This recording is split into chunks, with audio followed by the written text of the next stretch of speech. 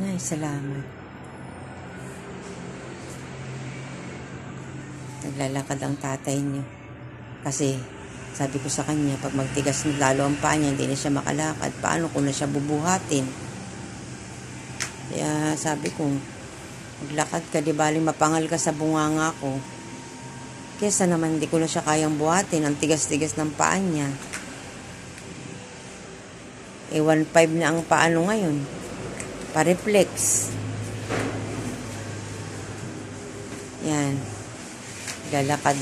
Maganda yung maaga niya ngayon, nakikinig. Kaya sabi ko nga sa kanya, alam mo ba pag nakikinig ka, nagagwapo ka.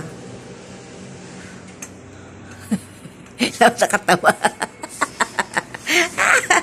Dali na.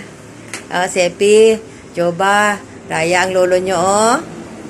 Sabi nga namin ni Mira, ang sungit-sungit mo, kung di ka lang gwapo, naku, tinaga na kita sa ulo. Sabi ko, buti na lang Mira, tatay mo pugi daw. Siguro kung maitim yan at saka pagit, ay, gilaswaan na natin ang tubig na mainit.